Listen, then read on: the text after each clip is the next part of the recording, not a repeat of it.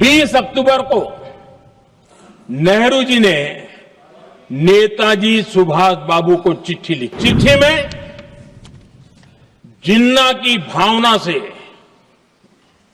नेहरू जी अपनी सहमति जताते हुए कि वंदे मातरम की, ये जो उन्होंने सुभाष बाबू को लिखा है, वंदे मातरम की आनंद मठ वाली पृष्ठभूमि मुसलमानों को इरिटेट कर सकती है।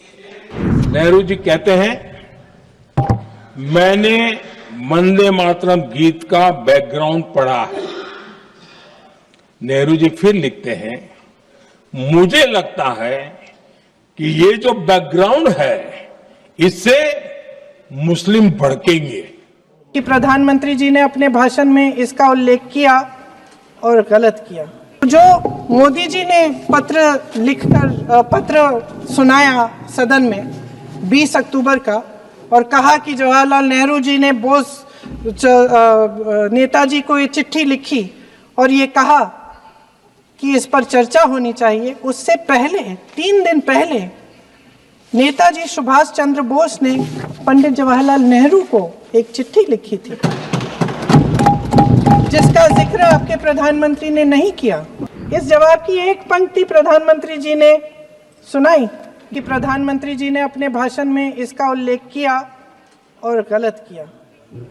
इसीलिए मैं इसके जो सच्चे जो तथ्य हैं वो आपके सामने रख रही हूँ।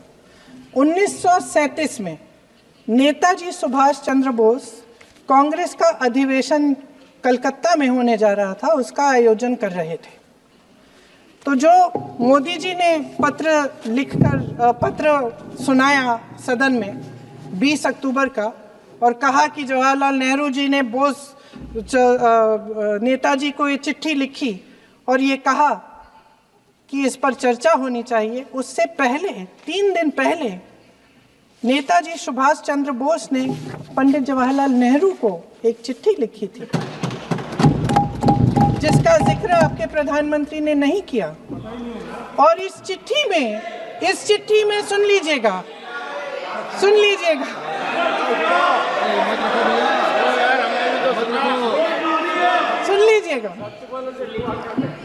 आप नेताजी के लफ्ज नहीं सुनना चाहते? बंगाल का चुनाव आ रहा है,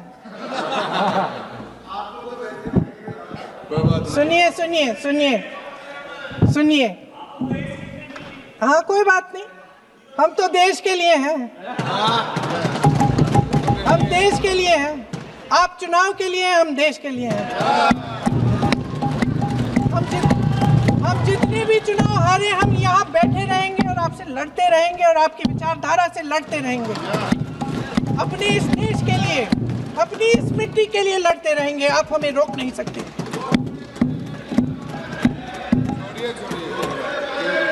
सुन लीजिए सुभाष चंद्र बोस जी ने क्या कहा, सुन लीजिए।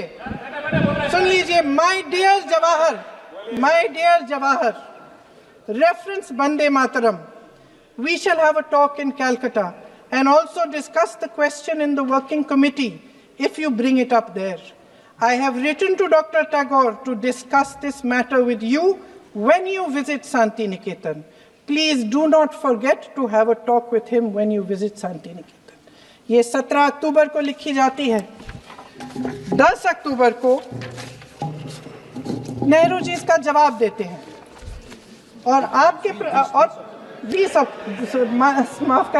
अक्टूबर को, हाँ ठीक है, 20 अक्टूबर को नेहरू जी इसका जवाब देते हैं। इस जवाब की एक पंक्ति प्रधानमंत्री जी ने सुनाई, बाकी पंक्तियां क्यों नहीं सुनाई? क्योंकि उनमें नेहरू जी क्या कह रहे हैं? There is no doubt that the present outcry against Vande Mataram is to a large extent a manufactured one by the communalists. Whatever we do, we cannot pander to communalists' feelings, but to meet real grievances where they exist. I have decided now to reach Calcutta on the 25th morning. This will give me time to see Dr. Tagore as well as other friends. समझ रहे हैं आप? प्रधान चुप है तो समझ ही गए होंगे। फिर क्या होता है? फिर नेहरू जी कलकत्ता जाते हैं और गुरुदेव जी से मिलते हैं, और उसके अगले दिन गुरुदेव जी एक चिट्ठी लिखते हैं जिसमें वो लिखते हैं, अंग्रेजी में चिट्ठी है, उसका एक अंश मैं आपको हिंदी में बता देती हूँ, जिसमें गुरुदेव जी कहते हैं कि जो दो अंतरे हमेशा गाए जाते थे उनका महत्व इतना गहरा था कि उस हिस्से को कविता के शेष हिस्से तथा पुस्तक के उन अंशों से अलग करने में उन्हें कोई कठिनाई नहीं थी। उन्होंने ये कहा कि स्वतंत्रता संग्राम में हमेशा से वही दो अंतरे ही गाए जाते थे और उनको गाते हुए कुर्बानी देने वाले सैकड़ों शहीदों के सम्मान के लिए उन्हें ऐसे ही गाना उचित रहेगा। उन्होंने यह भी कहा कि बाद में जोड़े गए अंतरों का सांप्रदायिक मायना निकाला जा सकता है और उस समय के माहौल में उनका इस्तेमाल अनुचित होगा। इसके बाद 28 अक्टूबर 1937 में कांग्रेस की कार्य समिति ने अपने प्रस्ताव में वंदे मातरम को राष्ट्रगीत घोषित किया। उन्हीं दो अंतरों को कार्य समिति की बैठक में महात्मा गांधी जी, नेताजी सुभाष चंद्र बोस, पंडित नेहरू, आचार्य नरेंद्र देव जी, सरदार पटेल जी, गुरुदेव रविंद्रनाथ टैगोर जी सब मौजूद थे।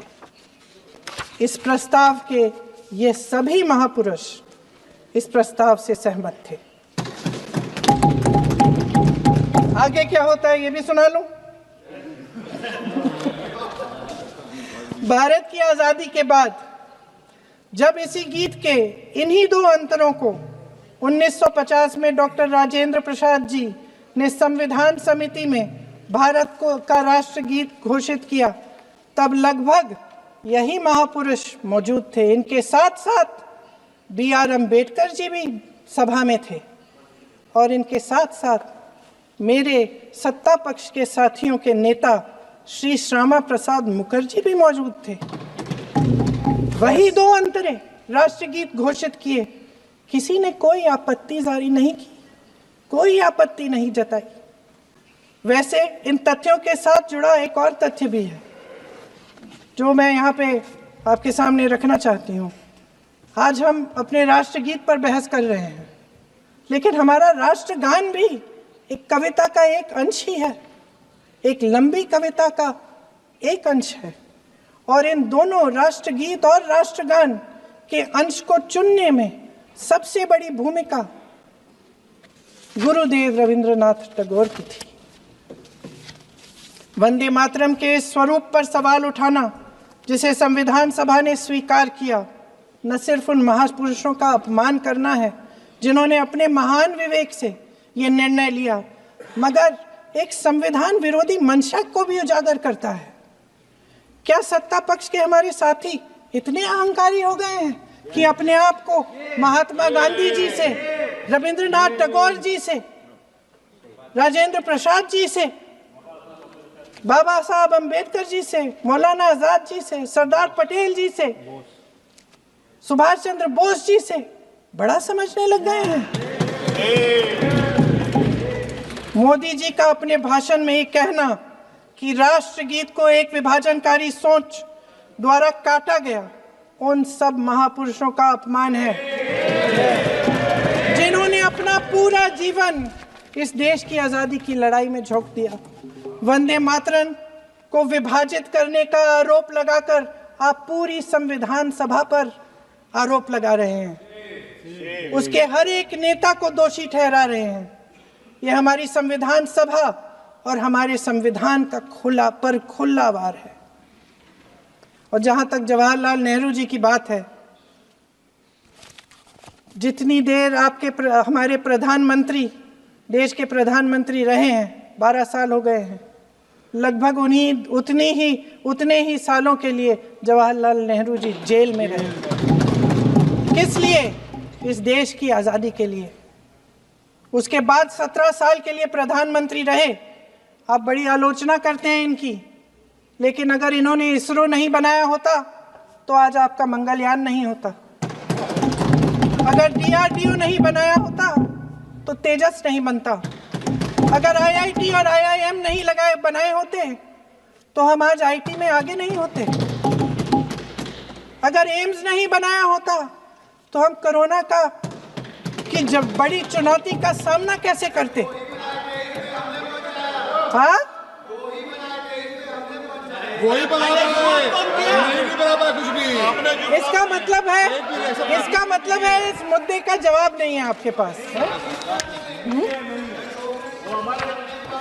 अगर इन्होंने BHEL, गेल, सेल, भाखड़ा नंगल ये सब नहीं बनाया होता जो आप सब बेच रहे हैं, तो ये विकसित भारत कैसे बनता? और मत बताइए बाकी। पंडित जवाहरलाल नेहरू इस देश के लिए जिए। सुन लीजिए, बेच लो यार, और बाकी भी बेच देंगे। पंडित जवाहरलाल नेहरू इस देश के लिए जिए और देश की सेवा करते करते उन्होंने दम तोड़ा। फिर भी सुन लीजिए, मेरी एक सलाह ले लीजिए। सर, मैं आपके माध्यम से सलाह दे रहे हैं, हम छोड़ना नहीं। सर, मैं आपके माध्यम से एक सलाह दे देती हूँ।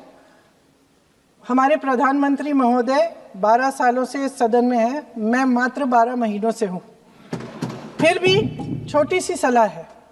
उन्होंने अभी हाल ही में चुनाव था, कुछ महीनों पहले उन्होंने एक सूची निकाली थी कि विपक्षी दलों ने और विपक्ष के नेताओं ने कितने अपमान किए हैं इनके, और उसमें शायद 90-99 ऐसे उन्होंने अपमानों की सूची बनाई थी। तो मैं उनको एक छोटी सलाह देना चाहती हूँ कि नेहरू जी से जितनी भी शिकायतें हैं, जितनी भी गलतियां उन्होंने की आपके जहन में, जितनी भी गालियां देनी है, जितना भी अपमान करना है, उसकी भी एक सूची बना दीजिए। नहीं, बात खत्म नहीं है। 999 अपमान, 9,999 अपमान, सूची बना दीजिए और फिर हम एक समय निर्धारित करते हैं। जैसे हमने 10 घंटे आज वंदे मातरम पर हमने बहस किया है ना, उस तरह से हम अध्यक्ष महोदय जी से पूछेंगे, एक समय निर्धारित करेंगे, 10 घंटे, 20 घंटे, 40 घंटे, जितने घंटों में आपकी ये शिकायत पूरी हो जाए, माननीय सदस्य आप शांत हो जाए और हम बहस कर लेंगे। लेकिन इस सदन का कीमती समय, जिसके लिए हमें यहाँ पे जनता ने भेजा है, जैसे हमें जनता की समस्याओं को हल करने के लिए चर्चा करनी चाहिए, इस्तेमाल करना चाहिए, उसको इसी के लिए इस्तेमाल करिए। उसके बाद जैसे अंग्रेजी में कहते हैं ना, जैसे अंग्रेजी में कहते हैं कि once and for all let's close the chapter। Close कर लीजिए, देश सुन लेगा क्या क्या शिकायतें हैं, किसने क्या किया, इंदिरा जी ने क्या किया, राजीव जी ने क्या किया, परिवारवाद क्या होता है, नेहरू जी ने कौन सी गलतियां की, सुना लीजिए, फिर खत्म।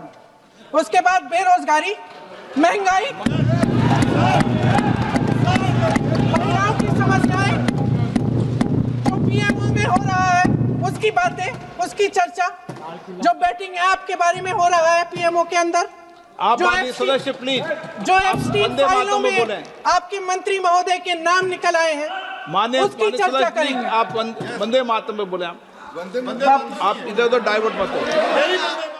हमसे जुड़े रहने के लिए हमारे YouTube चैनल को सब्सक्राइब करें और नई वीडियो की नोटिफिकेशन के लिए बेल आइकॉन को दबाएं।